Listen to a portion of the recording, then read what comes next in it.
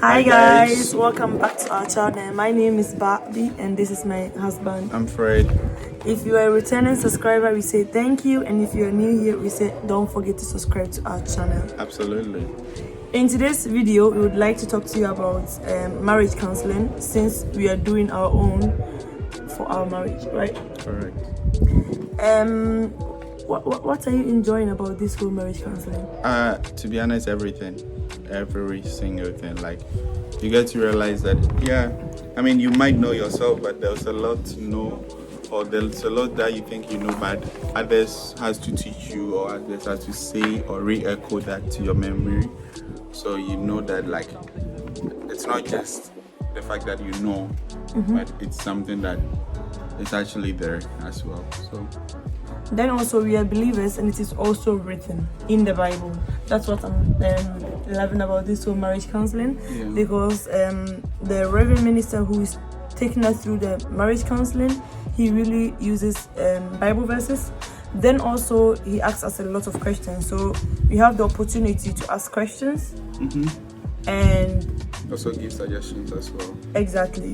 What I really loved was in our first section, like, he made us understand the rules of a man and a woman. You mean the roles of a man? Yeah, and a woman in in marriage, right? Exactly. So what did you enjoy?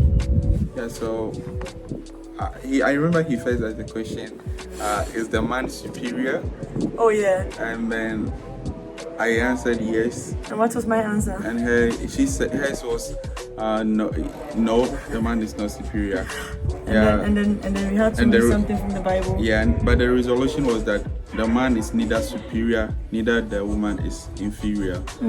We can say the man is the head, but that does not make you the superior, which indirectly making the woman inferior. We are all equal. Exactly, in front of God. In front of God. And even in marriage, we are all equal. Exactly. But the man is the head. Being the head does not necessarily mean you are superior over the subordinate, like your helper. Or you give all the instructions or whatever. So he also said something that, so if the woman is your helper, then you have to treat the thing that gives you help well. If not, your helper or the thing that is meant to help you can harm you. Exactly. I really loved it. And he made an example, if I'm right, that let's say if you have a car that takes you to your errands, to work, to your daily activities, and then you are mistreating or not taking care of the car, you are not changing your oils, you are not servicing the car, you are not putting fuel in the car. I mean, the car is meant to help you. It doesn't mean the car is more important than you. Neither are you more important. You are actually using the car to your own help.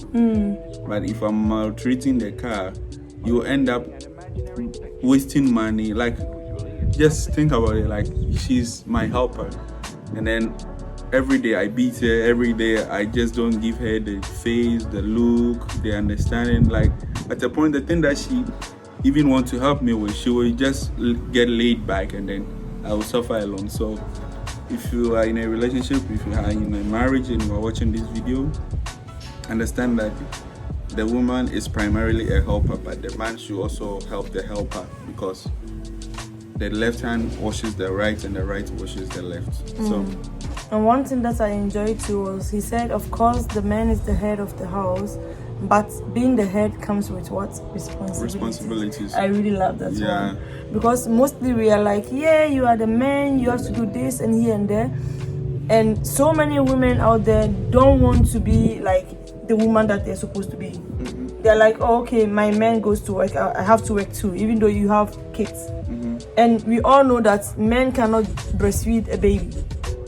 So you don't want to stay home and breastfeed the baby. Rather, you put the milk in a bottle, leave it in the fridge, go to work, and the man should stay home. We have baby meals there too. But I mean, when you guys agree that it doesn't matter who goes to work, as long as the understanding is working, there is no I think long talk in this one. But yes, still you have to respect your man. You have to know he's still the head of the house. Correct. It doesn't matter either you have much more money than him or whatever. He has already explained it with the helper. And I think that's enough, right? Yeah, that should be enough. What else did you enjoy? Okay, so he said the two of us, we've first emphasized on communication.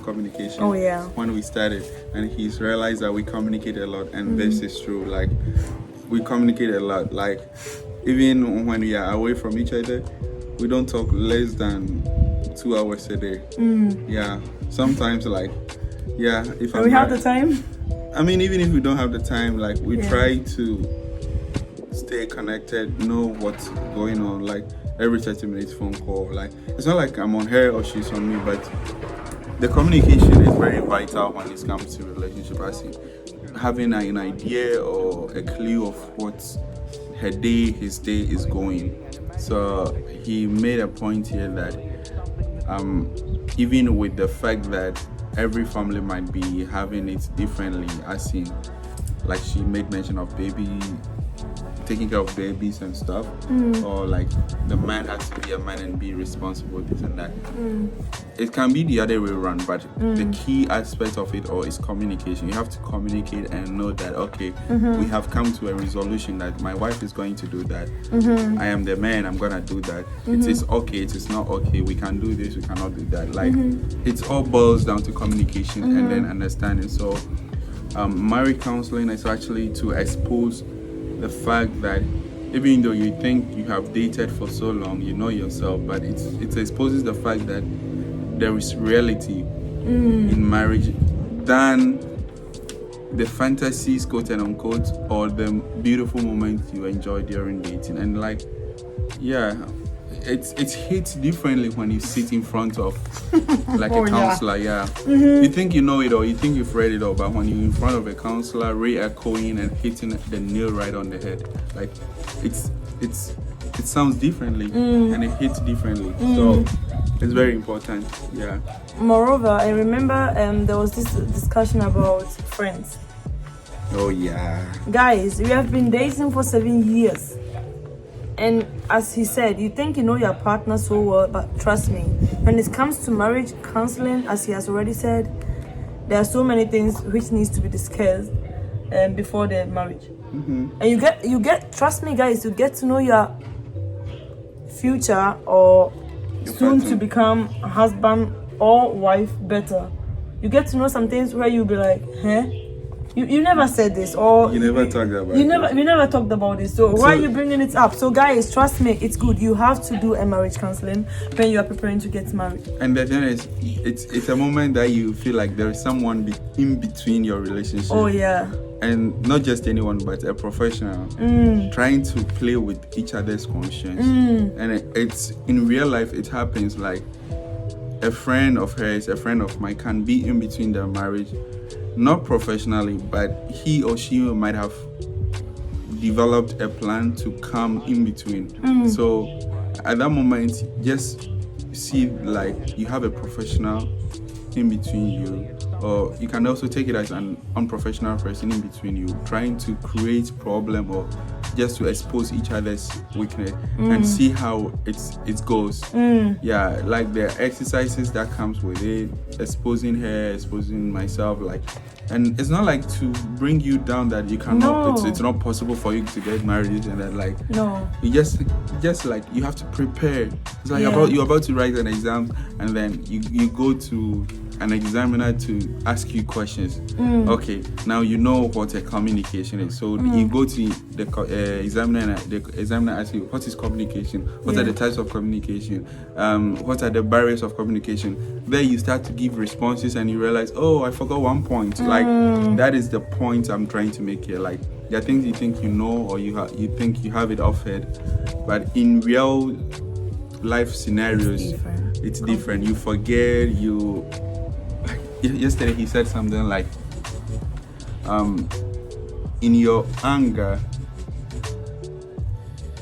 pray to God, or we have to, when you get angry, just ask God to calm you down. Like, imagine, in a real case scenario, willful, you are angry, you're trying to beat somebody, you're trying to throw stuff away, and then you're going to pray. Like, we normally don't do. It's possible, but we normally don't do, right? That notion will not even come. I mean, it is different when you realize that you are getting angry and you'll be like, God, give me patience. That is different. But when you are really angry and you want to like take people on, that is the moment we are talking about. For example, you're on the streets and someone just hits on your head. At that moment, you can't stop and be like, "Oh God, give me, I don't know, strength or calm me down." You know, at that moment, it's all about reaction. Yeah, so. You act out of emotions. So he was like, our emotions controls us a lot. Yeah. So before we take decisions, we always have to know that, okay, have I thought about it? Have I calmed down? Like, is it something I really want to do? And then you take a step. Correct. And one thing that I like is that he gave us books, guys. It's like, trust me, it's like a course. A course before the marriage. He gave us books and like we are reading it and like we discussed about it. And one thing that I love is that even though he's a reverend minister, he some way, somehow, I've never met him before. Fred knows him. Yes, still, like you trust him and you open up, guys. Trust me, even things that you didn't want to say, some way, somehow, through the communication, you see, oh, wow, this is what I brought up and this is what I found out through the communication, right? And it was very, very interesting and I love it. We are still on it, guys, but I'm enjoying it. What's about you, honey? Yeah, I feel like we should talk about something here. Like there was one section during the counseling that we did an exercise where like there were questions that I needed to answer for myself and answer for her. And then she will answer for herself and answer for like it's the same question, right? Oh yeah. So it's like, okay, in my belief, the husband is the head of the home. And then I answer for her that either I'm not sure or she agrees or disagrees. So I chose for myself, yes, the husband is the head of the family, and I chose for her to yes. And then she agreed to mine if I'm right? Yeah. Because I had already spoken about that in other conversations or communication. So before the marriage counseling. So we did communicate a lot we do communicate a lot. So there are things that we did talk about, but at the end of the day, we ended up knowing that, we know it already. Or like we've been doing it, but the consistency, or we should stay consistent with that practice that we have. And then there was also one question about that. The wife is should not be employed outside of the home. Like the wife shouldn't work. Oh, and then we came to understand like it's not even possible because we just have to make adjustment to it, right? We just have to make adjustment to it. So that is how the resolution came up to, and one funny thing here. So we came up to a point where there was this question that was like, what are you going to talk about? It was saying like neither the husband or the wife should purchase an item costing more than so euros, dollars, whatever. I wrote 500, and coincidentally she also wrote $500 like without like the knowledge of the other person. So if I can buy anything under $500 without letting her know, like as far as it's not affecting our budget, like it all comes to budgeting, like it's general, like everything is general. So we came to a point where we said, okay, I'm not allowed to buy anything costing more than $500, and she's not allowed to buy anything costing more than $500 without my consent.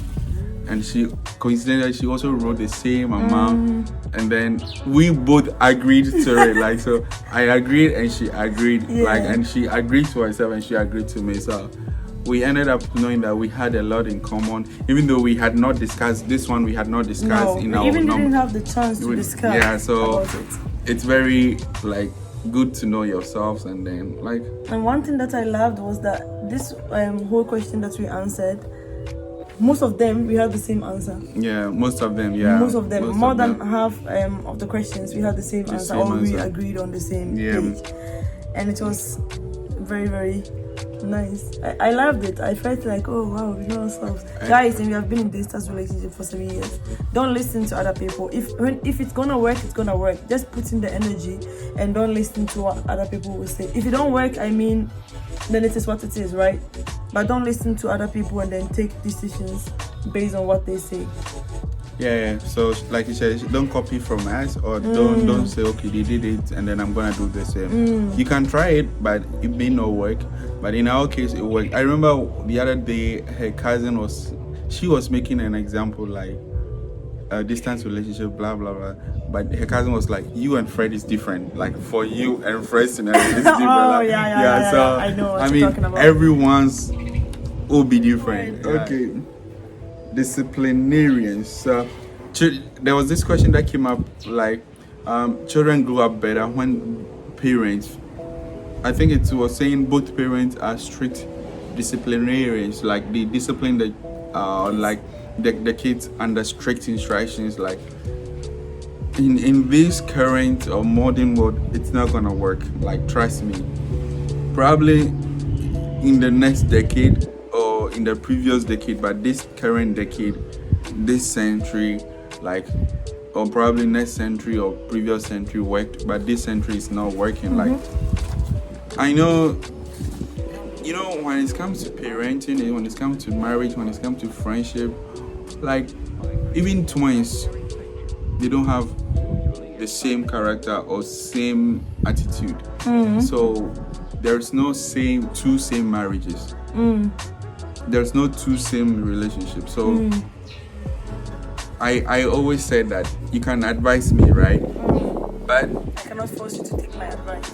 not only that, but the advice you will mostly give me is based on experience and the experiences that we went through. Yeah. But time changes, season changes, everything changes, and then what was applicable to you comes to me and it's not applicable. Like it's not gonna work.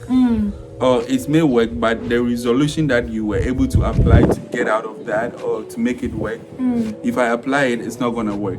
So there's no two same marriage, two same relationship. It might be similar, they might have some similarities. So what I'm trying to say, so when you are very strict to your kids, maybe some homes it worked for the kids, but it may not work for you or your family.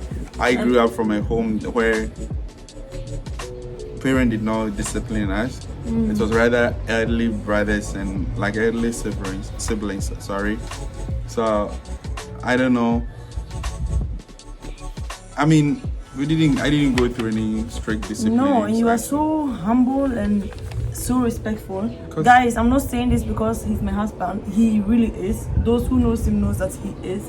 So it's not always about the strict instruction that we receive, right? I think it's about the upbringing. And as we said, what works for me will not work for the other person, right?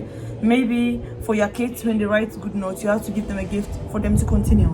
But other people, they are just expected to. So they see it to be an expectation. You understand? So everyone is different, and yeah. Yep.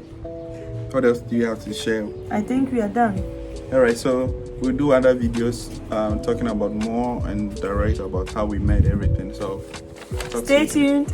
All the best. Thank you for watching. Don't forget to subscribe. Come back again. Bye.